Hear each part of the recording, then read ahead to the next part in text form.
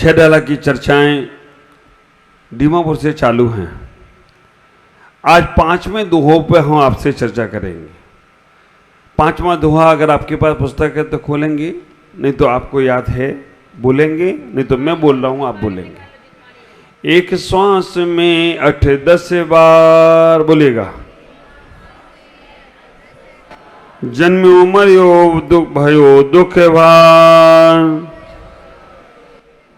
निकसी भूमि जल पावक भयो, निकसी जल पावक भयो, पवन प्रत्येक वनस्पति थयो, पवन प्रत्येक वनस्पति थयो। एक श्वास में 8-10 बार जन्म्यो मर्यो भयो दुख भार, निकसी भूमि जल पावक भयो, पवन प्रत्येक वनस्पति थयो।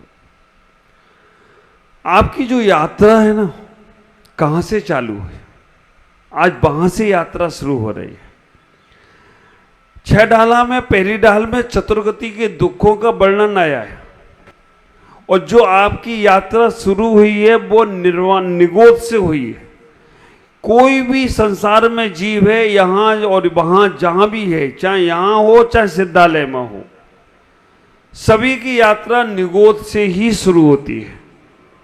निगोद से शुरू हुई है और निर्वाण तक जाना है। यात्रा में निगोद से शुरू कर निर्वाण तक की यात्रा हमें करना है, और निगोद से निर्वाण तक जाने के लिए हमें अपने जीवन में इस नी को समझना पड़ेगा। निगोद में भी नी है और निर्वाण में भी नी है, निश्चय में भी नी है। निश्चय से हम निगोद से निकले हैं और निश्चय से ही निगोद से निर्वाण तक जाएंगे। और आप विचार करके रखना, जाने वाली जो आत्माएं हैं वो 3 प्रकार की हैं। उस 3 प्रकार की आत्माओं में हमारी कौन सी आत्मा है, ये हमें विचार करना है। पहले एक बार निगोद समझ लें हम। निगोद कहते किसे हैं, निगोद किसका नाम है और कहां है? निगोद 7 नरकों के नीचे जो कलकल भूमि है, उस स्थान का नाम निगोद है। 7 नरक मालूम है, अधोवधु में 7 नरक हैं, और मध्यलोक में हम लोग बैठे हैं, ऊपर 16 स्वर्ग है। आप विचार करके रखना, 7 नरक के नीचे जो कलकल नाम की भूमि है वो निगोद है। अब एक आदमी आके पूछा, महाराज निगोद में जगह खाली है क्या? मेरे गुरुदेव तो चटपटी प्रश्न के अटपटे प्रश्न की चटपटी उत्तर देते हैं।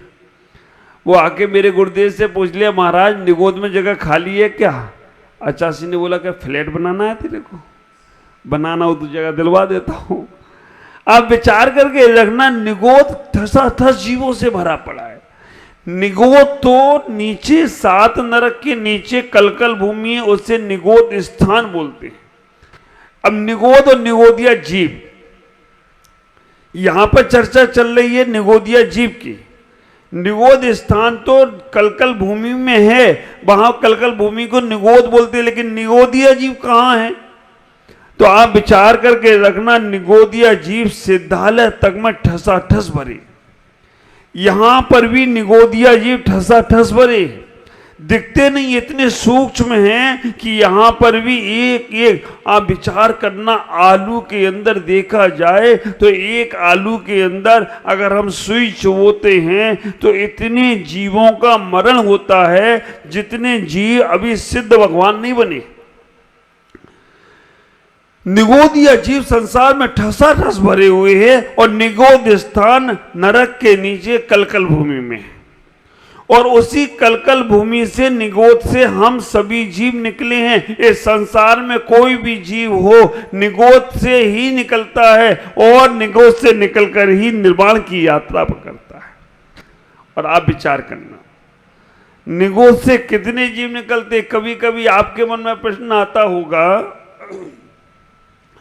सारे लोग, कभी हम किसी को बोल दिए भाई दीक्षा ले लो कल्याण हो जाएगा, वो कहता महाराज सारे दीक्षा ही ले लेंगे तो फिर आर कौन देगा?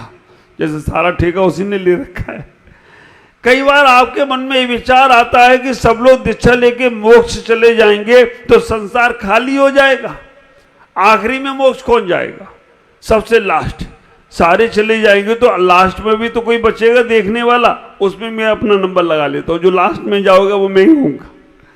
आप विचार करना, आदमी की खोपड़ी है, आदमी की खोपड़ी कुछ भी सोचती रहती है, लेकिन मेरे आचार्यों ने, ज्ञानियों ने कहा है, निगोद में इतने जीव हैं जो अभी तक मोक्ष गए नहीं और जा भी नहीं पाएंगे, क्योंकि निगोद से 6 महीने 8 समय में 608 जीव निकलते हैं। कितने जीव निकलते हैं?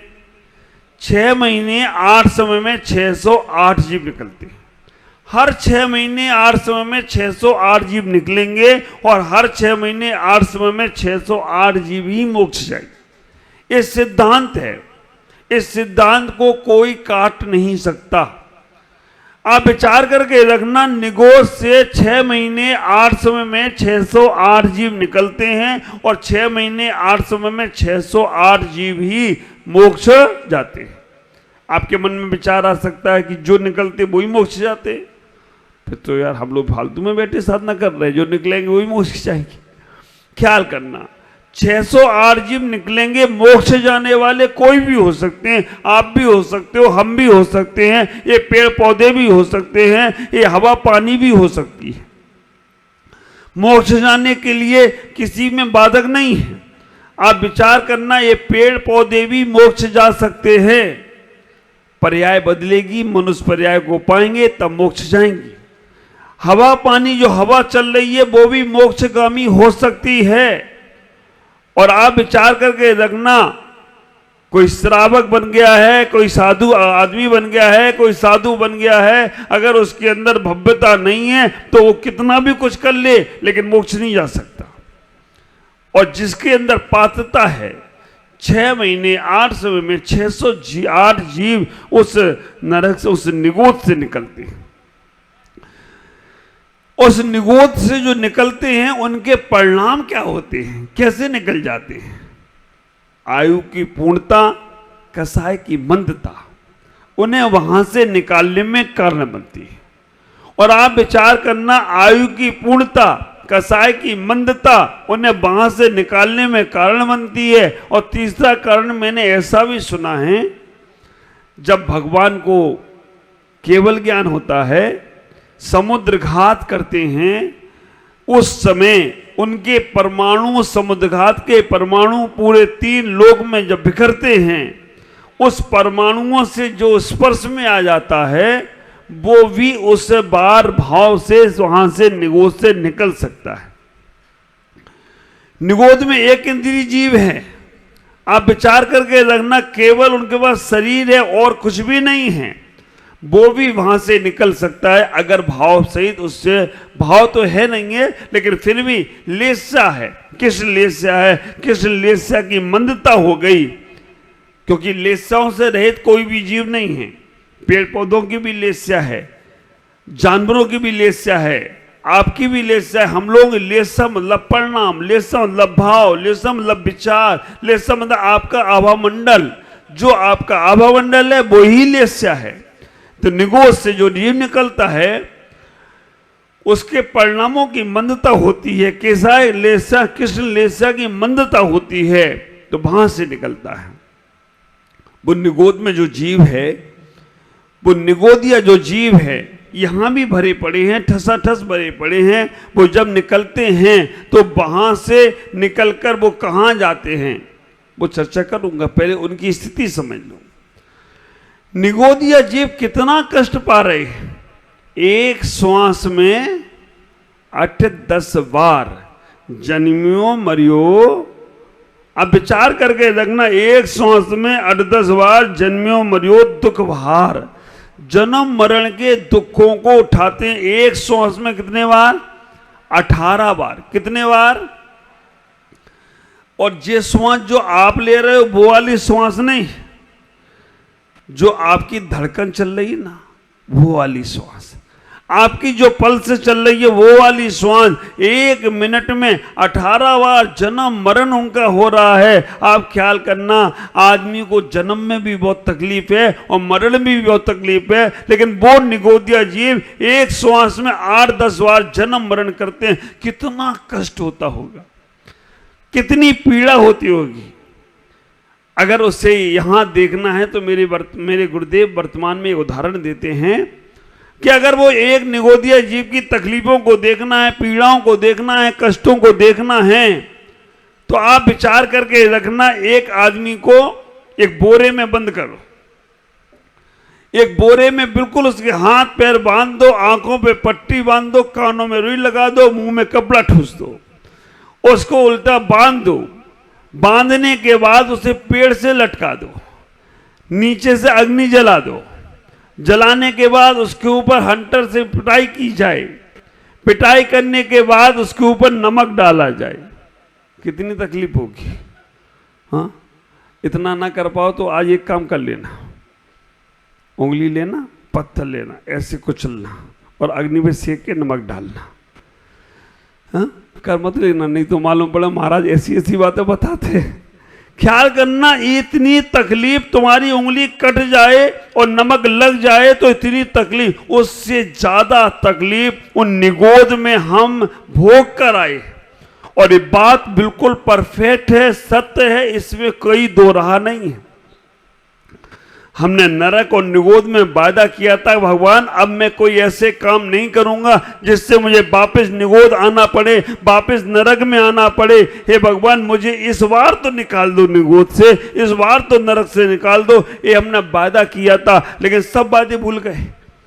यहाँ आने के बाद वही चौका धोकड़ी करने लग गई, वही उठापटक, वही छलकपट, वही मायाचारी, वही झूठ बोलना, वही चोरी करना, वही इधर उधर से काम करना, सब करने लग गए, भूल गए वो सारे वादे। ख्याल करना, एक बार इन नरकों की पीड़ाओं को, इन निगोदों की पीड़ाओं को अगर अपने मनस्थिति में, सामायिक में चिंतन कर लें तो हमारी सामायिक सुधर जाए। हम अपने ध्यान में बैठ जाए तो जो पूजा से परिवर्तन नहीं आएगा वो पूजा से परिवर्तन आने लग जाए। एक बार उन्हें हम पर्यायों से निकले हैं, एक श्वास में 8-10 बार जन्म मरण लिया और किया। अगर हमने अभी भी अपना सुधार नहीं किया तो हमें उसी में जाना पड़ेगा। इतना ही ख्याल करो अपने जीवन में कि हम अपने जीवन को कैसे प्राप्त करें, कैसे अपने जीवन को संभालने का प्रयास करें। हम अपने उस पर्याय से निकलकर, निगोद से निकलकर हमने जन्म मरण को सहन किया है। हम बहुत अपने जीवन से त्रसित रहे, लेकिन वहां से निकलकर हमने ऐसा पुनर्जन किया कि एक इंद्रिय की पर्याय में पृथ्वी काय में चले गए। निगोद में अनंत काल तक कष्ट भोगे। निगोद भी दो प्रकार के, एक नित्य निगोद है और एक इतर निगोद है।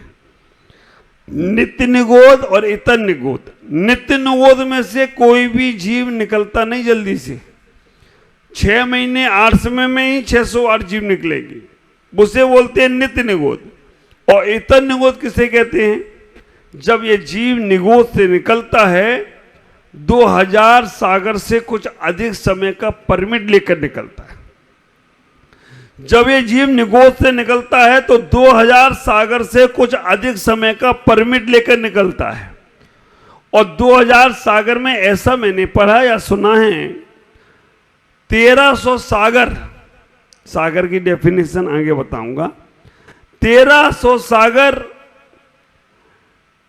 निगोद में, नरक में व्यतीत किया और 700 सागर स्वर्गों में व्यतीत किया। जो कुछ अधिक समय लेके निकला था वो केवल मध्य लोक में तिर्यंच और मनुष्य पर्याय में प्राप्त किया है।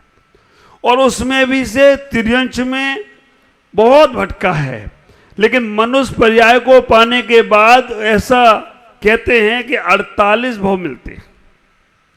मनुष्य गति के 48 भाव मिलते हैं। 48 भावों में 16 भाव तुम्हारे स्त्री पर्याय के, उसमें तुम मोक्ष नहीं जा सकते। 16 भाव तुम्हारे नपुंसक पर्याय के, उसमें भी तुम मोक्ष नहीं जा सकते। और 16 भाव तुम्हारे पुरुष पर्याय के, पुरुष ही पूर्ण संयम रख के निर्वाण को प्राप्त कर सकता है। तो विचार करके रखना, ये मनुष्य पर्याय तुम्हें मिली है, 16 भाव ही तुम्हारे पास हैं, और ये सोचना ये आखिरी वाला ही हो।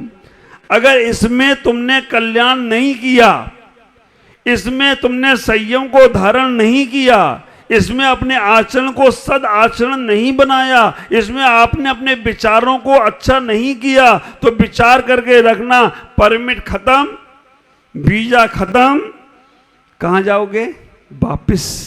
अमेरिका में जा रहे हैं ना जो लोग, वो आ नहीं रहे डर के मारे वापस, क्यों? वीजा खत्म हो गया तो वापस नहीं जा पाऊंगा। आप विचार करना, फॉरेन कंट्री में जाते हो, जितने समय तक का तुम्हारा वीजा है उतने समय के बाद तुम पकड़े गए तो जेल में भी जाओगे और वहां से सब सामान भी तुम्हारा जाएगा। वीजा खत्म होने के पहले हाँ, वीजा खत्म होने के पहले ही भाई कोई पसंद कर लो, शादी वादी हो जाए तो फिर वहीं बच जाओगे। ख्याल करके रखना, वीजा के सेटिंग हो गई वहीं रह जाओगे। लेकिन यहाँ ऐसा नहीं चलता है। आप ख्याल करना, अगर हमारा 2000 सागर से कुछ अधिक समय का समय मिला है, अगर हमने उसमें अपना कल्याण नहीं किया तो हम वापस निगोद में जाएंगे। उस वापस जो निगोद में जा रहे हैं, फिर तुम्हें वापस जाने में भी इतर निगोद वाले तुम्हें स्वीकार नहीं करेंगे। नित्य निगोद वाले इतर निगोद में जाओगे, इतर निगोद में जाके फिर अनंत काल तक उसी निगोद में भटकते रहोगे, फिर भी पार नहीं हो सकोगे। फिर कभी मौका आएगा तो नित्य निगोद से निकलते हैं और जाने का प्रयास करते हैं। ख्याल करो, अपने जीवन में इतना ही सोचना, अपने जीवन में इतना ही विचार करना कि निगोद की यात्रा से हम अपने जीवन में कैसे निकलने का प्रयास करें। आज का इतना ही संदेश देना चाहूंगा, 10 बज रहे हैं। इतना ही संदेश देना चाहूंगा कि आप निगोद से निकले हो, वापस निगोद में नहीं जाना चाहते हो, तो अपने जीवन को संयमित करने का प्रयास करो। अपने जीवन में कुछ न कुछ व्रत नियम संयम को स्वीकार करो। अपने जीवन में कोई ना कोई धर्म के आचरण को स्वीकार करो। दुराचरण छोड़ने का प्रयास करो, दुष्प्रवृत्तियां छोड़ने का प्रयास करो। अगर दुराचरण दुष्प्रवृत्तियां नहीं छूटी हैं तो ख्याल करके रखना, वही एक सांस में 8-10 बार जन्म मरण का प्रावधान तुम्हारे साथ फिर दोबारा आएगा। आज हमारे इस पूरे लोक में निगोद जीव जीना चाहते हैं लेकिन जी नहीं पाते हैं, क्योंकि ऐसा पर्याय का उन्होंने बंद किया है। आप अपने जीवन को व्यवस्थित बनाएं, हमारे मन से छल कपट निकले, हमारे मन से दुष्प्रवृत्तियां निकलें, हमारे जीवन से दुष्कार निकलने का प्रयास करें। छोटा सा जीवन है, इस छोटे से जीवन में इतना कहाँ समय है जो तुम गलत काम करके अपने जीवन को संभाल पाओ। अभी तो अच्छे काम करके अपने जीवन को संभाल लिया तो तुम्हारा जीवन सार्थक होता चला जाएगा। नहीं तो आया हुआ समय है ना, इंग्लिश में कहावत है ना, टाइम वेट फॉर नन, आया हुआ समय दोबारा लौट कर आने वाला नहीं है। इसलिए कलकत्ता वालों, अपने जीवन में जो अच्छे से अच्छा हो सकता है वो आप अपने आप से करते चले जाओ, क्योंकि गंगा चल कर आई है। चुल्लू भर पानी मिले तो चुल्लू भर पी लेना, अंजलि भर मिले तो अंजलि भर ले लेना, गिलास भर मिले तो गिलास, लोटा, बाल्टी, ड्रम, या पूरे स्नान करना है तो पूरे ही कर लेना, क्योंकि ये मौका दोबारा मिलने वाला नहीं है। इसलिए ऐसा लाभ लेकर अपने जीवन को सार्थक करें, तभी तुम्हारा कल्याण होगा। आज इतना ही। ओम नमः, जय गुरुदेव।